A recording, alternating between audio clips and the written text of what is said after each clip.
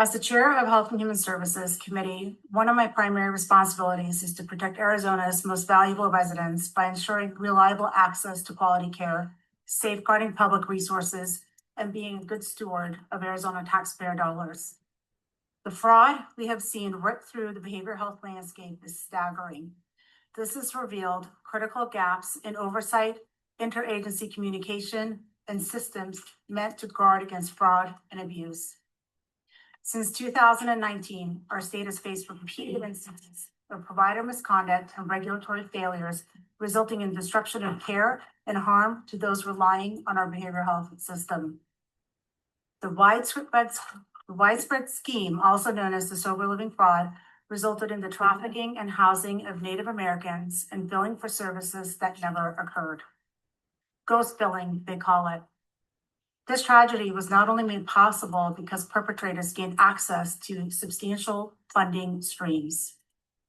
The money sources originated when fraudulent providers obtained licenses from Arizona Department of Health Services and subsequently secured Ahcccs IDs and began billing the American Indian Health Plan without these authorizations and the ensuing flow of taxpayer dollars. This fraud could never have reached such devastating sales.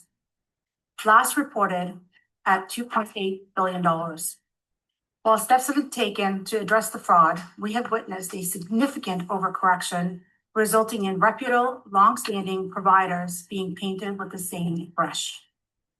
Ethical providers are experiencing harm through overzealous enforcement, including premature suspensions and terminations without due process.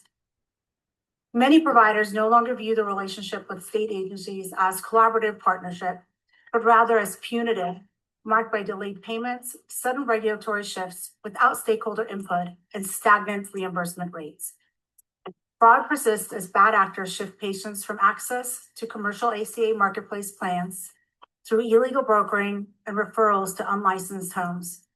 Patient brokering laws and referrals to unlicensed homes have gone largely unenforced or are unenforceable. We're here today to seek honest answers, understand how these failures occurred, how they were allowed to persist, and most importantly, how our government agencies responded in a responsible and strategic manner. It is imperative that we understand the breakdowns in licensing, monitoring, and fiscal safeguards that enable criminal behavior to infiltrate our government agencies, and if the resulting corrective measures are doing more harm than good.